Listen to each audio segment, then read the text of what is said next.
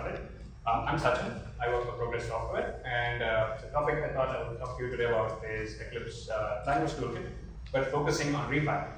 But I have twisted the topic a little bit, so that's the 40 masters part, and I'll get to that in a minute. But the idea here is I'm not aiming on trying to teach you or give you a tutorial on how to use the refactoring API or things like that. There are very good articles already on the net that do a much better job than I can do it for you in the next 1 hour. But what I'm going to try and talk to you about is the refactoring framework that Eclipse has and what it could mean to an audience such as yourself. Hopefully, the audience I have is the right one. So every time I kind of tell you what it will mean and who it will mean something useful for. Typically when we talk about refactoring, we're talking about class of users. At least in Eclipse, we're talking about using the refactoring framework. We're talking about a class of users who are using the Eclipse framework to build refactoring facilities into programming languages. But this presentation is catered to a slightly wider audience, primarily tooling developers who use Eclipse as a platform for delivering their tooling. And hopefully it will also make a lot of sense to Eclipse users. Most likely people who use the Java development environment. So let's jump right into it. So what I'll cover today is talk about a little bit of the basics, basically what is refactoring. So all of us are kind of on the same field in terms of understanding what I'm going to say subsequently.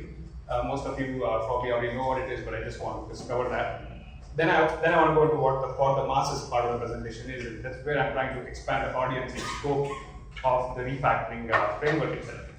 And take a closer look at the LTK, basically benefits and things like that. And then I have put together a demo which hopefully tries to reinforce the concepts of what I will speak over the next 1 hour. And then I'll take any questions I can answer. So let's get started. So refactoring. And the general term refactoring became kind of popular with Martin Fowler's book on refactoring, where he collected a whole bunch of step-by-step instructions on how some of the major refactorings could be performed. And the general idea is to be able to change the structure or redesign a program or an application so that the behavior doesn't change. That's pretty much the key. You make changes to it, but the end result, the actual semantic knowledge that the behavior that the application has continues to remain the same. Now, I remember several years back, about 4 or 5 years back, we were restructuring a large part of the application I was working on at that point in time. We were splitting it into multiple modules because we were planning to start another application and some of it would be reused. And we didn't even call it refactoring at that point in time. We called it restructuring because refactoring was not common in our vocabulary. And there was a product from JetBrains, the guys who make IntelliJ IDEA. It's a very nice Java IDE. They had a standalone product which could modify program structures, basically rename things, move things for you, and take care of all the references. And it's really powerful. I mean, we could do in a few hours what would have taken us weeks to do. What has happened basically is that originally these techniques used to be manual. So, for example, if you had to rename a method, you would go make a search for that method name in all the files that constituted your project, then try and figure out whether every search was actually the same method reference that you're renaming, make the changes, right? Over time, IDEs have gotten very powerful. They have language analysis capabilities and the scalability to actually do this automatically. And a lot of these refactorings can be, automated. And you see a lot of that. It's very prevalent now to use them in your regular day-to-day development environment. If you're familiar with your favorite IDE, Eclipse, for example, this feature is built in such a wonderful way actually, that in one of the newer releases, I forget whether it's 3.3 or 3.4 of Eclipse, they even hide the fact it's refactoring. You just press the hotkey for rename and it just do it inline. It just refactors everything for you. It doesn't even look like a big feature. It just looks like something that's natural. So if you notice, I keep talking about it. So it's typically used in a programming language context, such as Java or C or something like that. And it's not really a Java concept. There were concepts of this with small talk and things like that. But it became very popular along with Java's popularity. And what is it used for? We covered a couple of cases. It's used to redesign. I could pull out abstract classes from an existing implementation class because I see another possible implementation for it, or I could use it to do readability, renaming of a method to reflect what it actually does versus what the name was when we originally conceived the method. is an example of improving readability. You can apply best practices like extracting interface out, so you are implementing to you're not coding to an implementation but to an interface. But the point is that you're trying to introduce changes, and change is a constant. Every time you gain experience, you realize that something you had done in the past could be done better, and you can use refactoring to basically make it proactive with respect to making changes. The key, of course, is that it doesn't change semantics, which is an interesting thing because IDs tend to apply that a little loosely. If you look at change method signature, that's really not something that doesn't change semantics, but the overall idea is not to change semantics. Okay, so I started off the presentation by saying I have a twist for it that says for the masses. And the idea there is that everything I spoke about in the previous slide was associated with programming languages, was associated with an application source code, was associated with IDEs for programming languages that made it possible to introduce changes into application source code. And that's the classic use case for refactoring toolkits. If you are a plugin developer in Eclipse, which is basically you're contributing to the Eclipse functionality by using the Eclipse plugin mechanism, this is actually a quote from one of the Eclipse articles on the refactoring framework, and it basically states that if you are a language developer, contributing plugins that allow you to edit languages like the JDT, for example, or the CDT, then you would be asked to provide Eclipse-based refactoring. Again, the connection is with only those guys who actually contribute programming languages into Eclipse. There's nothing wrong with the statement; it's perfectly valid. But what I'm trying to do here is to kind of suggest or propose that the audience is much wider, and this is kind of based on my experience with my teams working on this framework for implementing refactoring on items that are not classically considered or are not considered a classical use case. So I do believe that there is a very strong possibility of applying this toolkit in a variety of different scenarios that would hopefully improve the feature set than what was originally planned. So several types of tooling can basically benefit from the application or the use of this framework. And I would be happy if the big takeaway from this session was that at least it was a consideration amongst various solutions when such situations like that came up in your tooling. So one set of audience is the guys who are in this room writing tooling for various reasons, and they're using Eclipse as a platform. The second kind of audience, I think, are, like I said at the beginning, are developers who are using the Eclipse platform, and the refactoring framework is a lot to offer to that group as well. And as I'll talk about, we'll go look at it in more detail. All right, so I've, with my limited imagination, come up with a few categories of tooling where I think this framework can be applied. And if you are responsible for anything else other than this, you could consider whether your tooling fits into one of these categories or it's a new category where you could make use of it. So the first one I named system configuration projects. I couldn't actually come up with a good example for it, primarily because these don't tend to be standalone tooling that you come to know of with a name or associate with as separately from something else. Typically, for example, we do that, and that's basically a configuration tooling environment for some of our runtime artifacts, right? So some of you might be aware of configuration tooling. Sometimes it's web-based, sometimes it's Eclipse-based, sometimes it's string-based, things like that. But that kind of tooling is essentially, it's not dealing with the programming language, it's dealing with configuration artifacts, such as metadata based in XML or properties, which have cross-referential integrity constraints. So when you create an object or a configuration with a particular name, and you want to use it somewhere else, then you have to make sure that the name matches and the system can find the particular name. So when you want to rename that, you have this cascading effect that other things start to break that you cannot derive from the original object, right? So that's one class of tooling where you can see immediately that the pattern rename refactoring applies to situations like this. The second is the classic use case that I was already talking about earlier. C programming languages, JDT, CDT, doesn't really require any particular introduction there. The third one is what I am connected with to a large extent. The development environment, I couldn't come up with a very nice name for it, but the idea here is you have, for example, I come from Progress. Sonic is a product of Progress. And we have a product called Sonic ESP, and the tooling in Eclipse is Sonic Workbench, which basically allows people to create artifacts that run on this runtime, right? There are similar products from BA, there are products from Oracle, there are products from many companies that do similar things, which create a development environment for a particular runtime system, and you create artifacts that can be deployed and run on that system. And at a very academic level, you could argue that what we are creating is similar to a language, or because we have a grammar, we basically generate an XML file. But of course, there's a grammar, there's a schema associated with it. So at an academic level, you could argue that it's the same case as the language it is. But practically, it is not. It's a non-typical use case. But refactoring works really great in environments like that, because there are a lot of facilities that Eclipse provides. You can hook into various aspects of Eclipse very nicely and be able to provide a very powerful environment for users. The fourth category is metadata attached to source files. Now, this one is a case where you extend refactoring, prevalent in an Eclipse environment, to additional artifacts that were not present when the refactoring was written. To give you an example, I'm not sure how many people here are familiar with the Eclipse PDE, but it's the environment within Eclipse that helps Eclipse plugin developers to write plugins for Eclipse. And one of the things it does is that if you rename a Java class that's also an Eclipse plugin, there is a reference to it in one of its files. So it extends that, or rather plugs into the rename refactor and is able to change the names within its files. Now you can think of several use cases which follow the same pattern. There are others like Maven ID, which is the Eclipse plugin for the Maven build system, the Subversive, which is again an Eclipse plugin set for the version control system.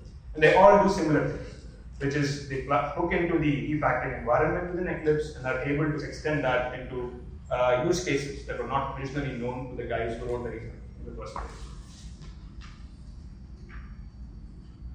All right, so before I jump into the LTK itself, I wanted to talk about what would you gain if you, or where would you apply this? I mentioned 4 categories of tooling where I think it fits, and I also wanted to capture certain business cases or use cases where I think refactoring would be a worthwhile solution to consider. And one of the first ones that we have used this one is the ability to introduce and publicize best practices. Now, the example that I have for that is in our product, we have this ability to expose a particular artifact as a web service. And we believe that there are certain best practices that should be followed in terms of the WSDL that's generated, in terms of the binding that you create, or the names that you give to things, or the way that you divide the artifact up. You can do the whole thing as a refactoring. In this case, of course, the original object is left untouched to create new artifacts, something like extract interface, something like that. But the idea is that using this refactoring option, which is basically just the user all he does is go through a wizard, at the end of it, he achieves the original goal, plus you can introduce best practices via going via a refactoring route. Another example is if you change from version X to version Y, you may still support everything that happened in version X, but you may like to support, you would like your users to move to the new way or the better way, hopefully, of doing things in version Y. Refactoring is great for that because what you can do is offer the user to be able to refactor all your sources from version X to version Y, pick up new API or do different things, or do things differently. The nice thing about it, if you hook it in the right way with Eclipse, your users can just undo with a single click, take it back to version X if they didn't like what you did, the migration, right? In addition, you could, Eclipse has, we'll get into that, Eclipse has this concept of refactoring scripts, which are basically canned refactorings that you can basically save as a file and you can reapply it. So imagine that scenario where your migration says that I have renamed class, or we have introduced a new class, the whole class is deprecated. So every class of this name, the new API should be using this name. And you can make that a rename refactoring also. So basically wherever it is being used, well not necessarily rename refactoring, but one of the refactorings. Wherever this is being used, replace that with something else, right? Or a method has been changed, or you have a better method that you would like people to use, and not use the older one instead. That's another example where you could create a script and then ship that with your tooling, and users could just run that. Or if not in tooling, but you're using Eclipse at a regular basis, and you can do this just with existing Eclipse features in your IDE right now.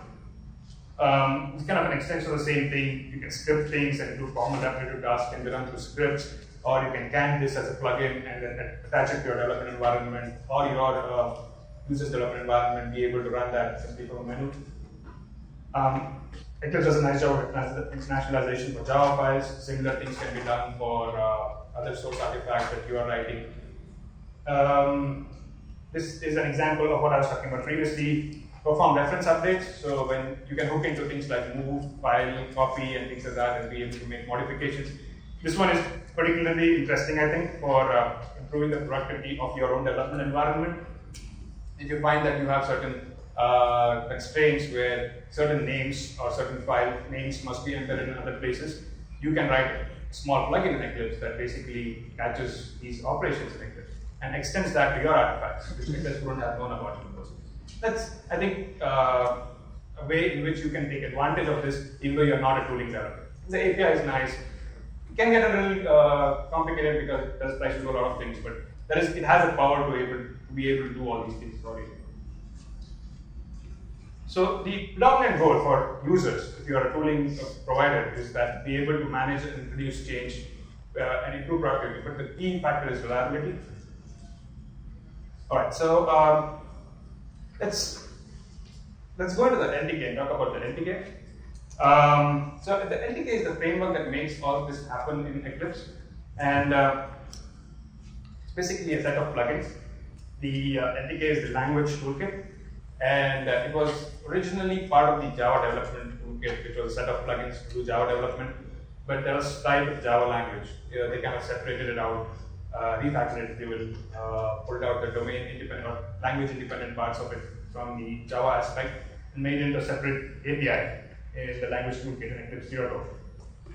What it does is provides an API for language independent refactorings. Now, it sounds like it provides a lot. It does in a nice way. It provides a lot of visual aspects or user experience aspects. So how the user perceives of your refactoring like any other refactoring, that's the predominant goal of the API. It also does certain, it enforces certain best practices, so it separates your UI portion from your actual refactoring code that has no user input or user interface aspects of it. But honestly, it's language independent, so it really does not do a whole lot for you. You are expected to provide your own domain independent semantics. You're supposed to add it into that. Provides so the JDT itself, the Java Development Toolkit, provides an API for being able to treat Java. So it provides an API for refactoring. What that means is it basically provides an API for understanding the structure of Java files as a DOM. It's called an AST, an abstract syntax tree, but there's an API for reading it, API for manipulating it, changing it, things like that. And you can use this to manipulate Java source files, extend refactorings or introduce new refactorings into the system. You extend existing refactorings by a concept called as refactoring participants, which I will talk about. But that's a general idea about the LTK. Okay.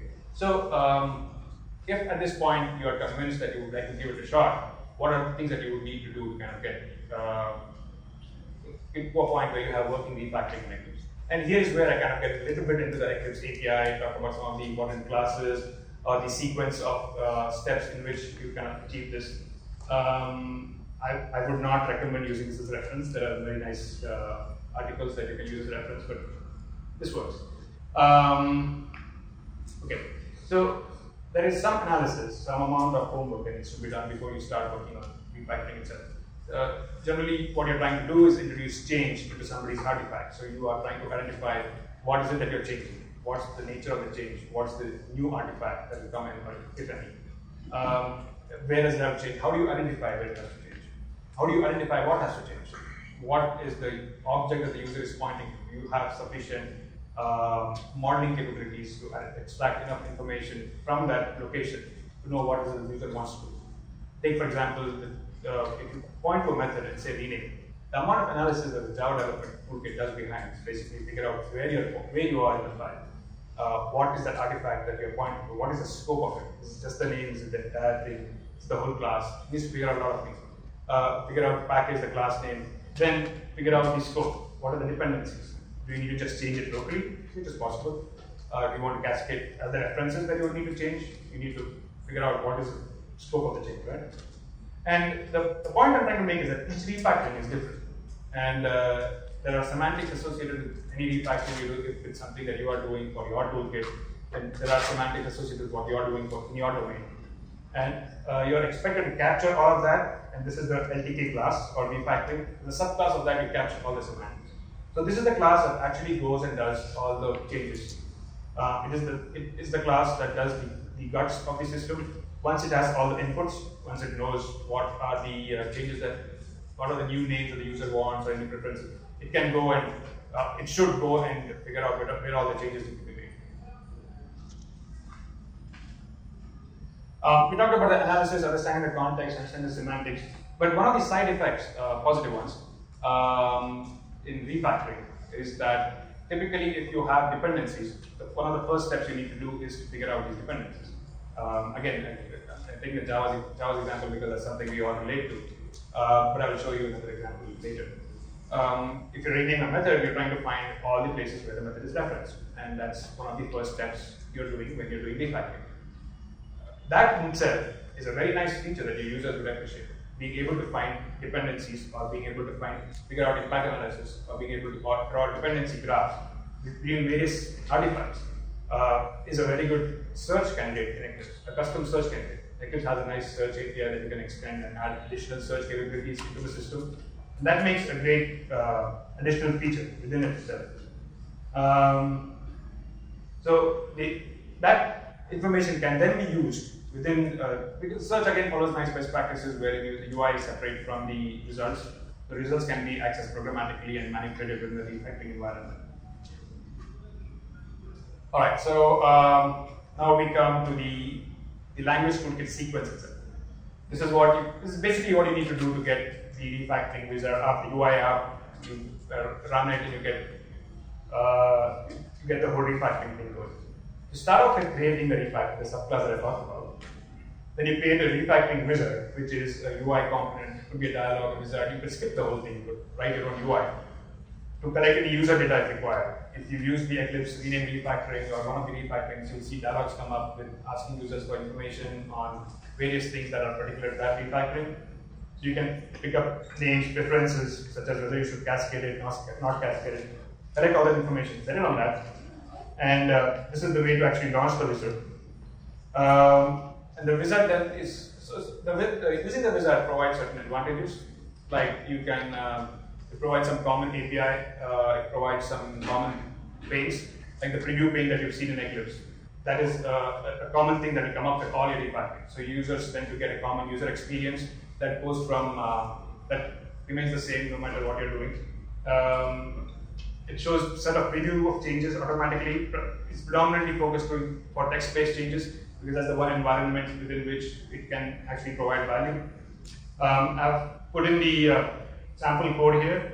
The presentations I think are going to be uploaded, so if you want to take a look at it, you can. So I'll show you a short demo of that when I get to it. All right, so what are the challenges? I think now here I'm not trying to point out whether the weaknesses of LTK. I'm trying to point out the challenges within doing this itself. The challenges are nothing different from any other mechanism of introducing change. I think the challenges remain the same, but it's still worthwhile to highlight them. The Eclipse LTK itself is a framework, so you need to spend some time understanding it. It has certain requirements in terms of how you use it for it to function correctly. It is heavily geared towards text-based changes, so it does a lot of things by itself. I did indicate the hope that it will change, but I honestly can't see how they can add any domain-specific information. But they're trying to do some things with the dynamic language toolkit to describe languages in a metadata format, and they can automatically generate things for you. So there needs to be some more work if you're not doing text-based changes for you to work around that. Refactoring itself introduces scalability challenges because you're dealing with potentially large number of artifacts, large number of changes. If the project size of the user is massive, how do you deal with that many number of references? So one of the best practices that JDT recommends is having only one AST memory at any point in time and only dealing with the changes in that one AST. One AST is effectively one file, in most cases. There is inherent complexity in the system. The analysis is complicated, not because of the LTK, but because of the fact of the problem itself, the problem domain. The big thing that I think one of the potentially negative impact, although I wouldn't really strongly call it negative, is that the reliability expectations from your users become very high because you're providing the same user interface that's an extremely reliable. People are used to because of the reliability that JDT provides. So you're plugging the same interface, so you're expected that things will just work when you're done with it. So there is a psychological association that users get if you use the Eclipse LTK, which is nice because they also expect it to be high quality at the same time. It can get complex also because it could span multiple file types. Take the case of refactoring in J2E. If you rename an EJD method or something like that, you could be cascading into many files. You could go off different file types like JSPs, or you could go to XML files or annotations, or different kinds of files can get affected. Alright, so a couple of other things that come pre with the LTK that you would not have to code for if you used it. One is refactoring history, which basically shows all the past refactorings that were applied within your Eclipse environment. For any plugin that provides refactoring, this is made available. Can be used to create scripts that can be reapplied in sequence, which is the next slide basically. I have mentioned that in a previous slide as well, where you can save a bunch of refactorings as a script and reapply that repeatedly if you want.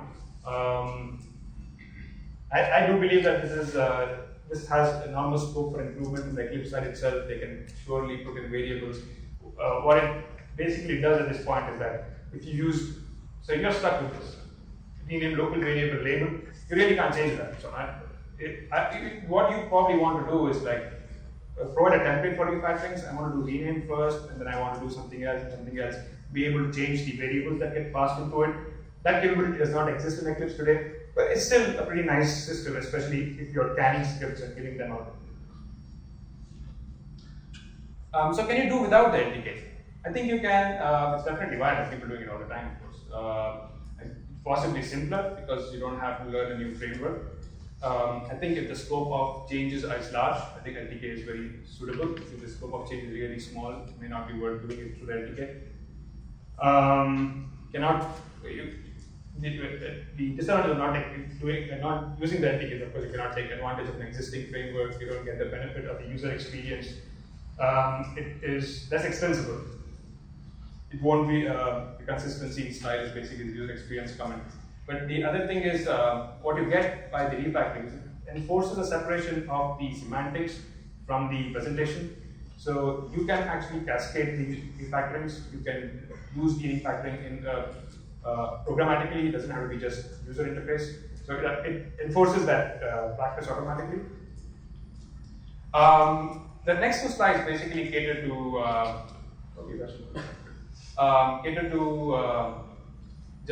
users of the Eclipse environment. So far, a lot of what we've talked about partly is focused towards tooling developers who are using Eclipse as a platform.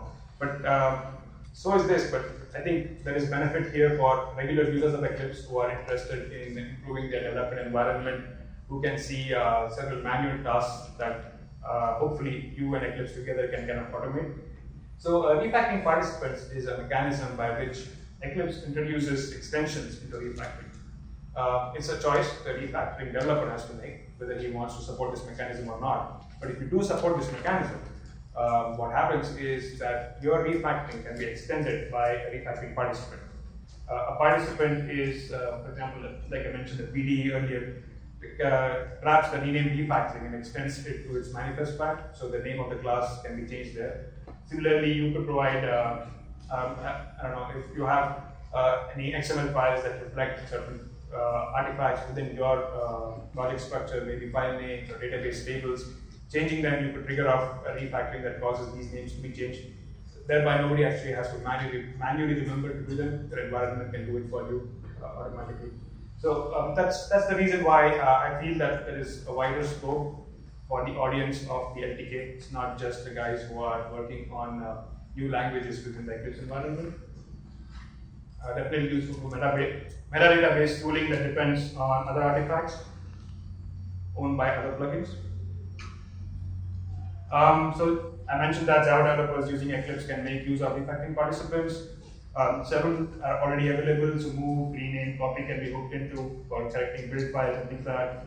Java itself, a lot of its refactorings are available as a mechanism by which you can extend that. So you can change property keys and other semantic information. Avoid error-prone things where you find that a lot of manual copy paste is required to make sure things are have the same referential integrity.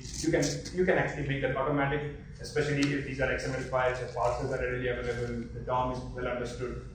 semantic information is easier to parse and to present. So I think that's definitely something worth looking at. Right, so I put together a quick demo for some of the concepts I was presenting. So the idea here was basically to highlight the fact that the LTK is definitely usable in environments other than if you're a Java developer or the JDK developer. So I picked up an example, or rather I wrote an example which I think all of you would find familiar and would agree with me. It would that it's not a regular refactoring use case, or one wouldn't think of it as one. Okay, so right. So hopefully you recognize this. It's, if you've seen a tag cloud or a category cloud, it's typical of websites or blogs where you can categorize various articles or items, and then you get a little component on the side somewhere which indicates the frequency of a particular category. The size of the category indicates how many articles of that particular category are there, right? What I have done is added that, and I've added ability to set categories. For example, this one has two categories, GAE and blogs. If we go into this one,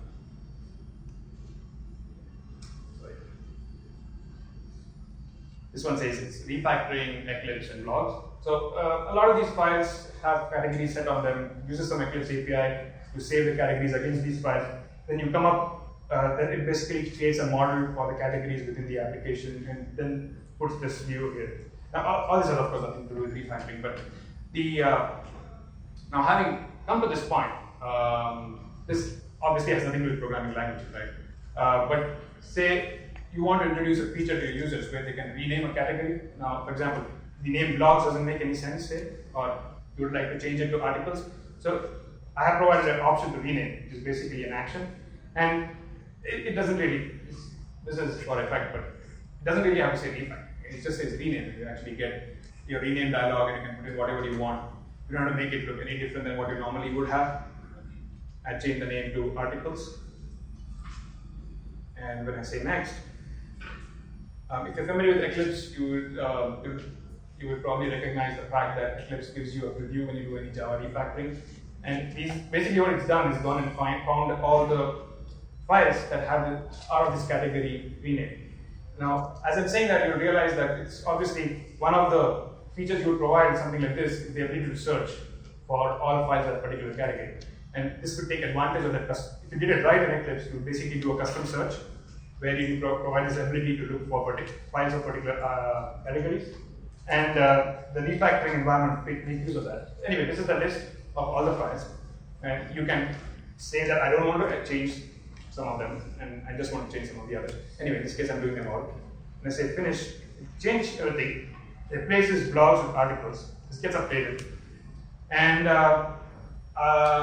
it's actually done a few more things for us. For example, if I go into refactoring history, this is what we did today. That comes in automatically, you don't have to code for that. The same thing, you can pick it up from you can create a script including your refactorings. We already talked about this. Also what you get is the ability to undo things. So your users can actually undo changes they've made via the refactoring framework. So if I say undo, you notice that my articles came back to blogs. And all the files where it actually had changed from articles to blogs comes back. You have to provide a set of changes for these files and also a set of undo changes, but they tend to be very similar, so it's pretty trivial to do that. Now, rename is a pretty common refactoring, and if somebody were to think of refactoring, they would probably think of rename first. But there are several others that you could also think of. So just for that particular reason, I added another one. So here's replace group. So the idea here is that you replace a group of categories and combine them into one. It's not really rename. What you're trying to do is find me all the files that have both or n number of these categories, and remove all those categories and assign this one category to it. So if I chose Eclipse and blogs, and I could say I want it renamed to Eclipse articles. It's the same UI, so your users are used to what the preview pane does. they are used to say knowing that checking that off won't apply to that particular thing. So you're providing a very good common user interface or user experience, and you say finish, you have a new category. And this is smaller because there are more blogs than just all of them having the same category as Eclipse as well. And you get a new category saying Eclipse LTK. So hopefully you will agree with me that this is a non-standard use case for refactoring. But the integration of refactoring in such use case kind of is still very natural to it and is worth considering for similar applications whenever you're using Eclipse as a development platform. So that's my big takeaway. I seem to have run through my presentation very quickly, which is good, I guess. You guys can take a longer break before the next one. But the big takeaway, I hope that you will go, at least give it due consideration if you are, like I said, two category developers, you're doing tooling in Eclipse. Do give refactoring an opportunity when you're doing cascading changes or changes in general for artifacts. And if you are Java developers, it's worth looking at refactoring for improving the quality of your development environment. So thank you very much.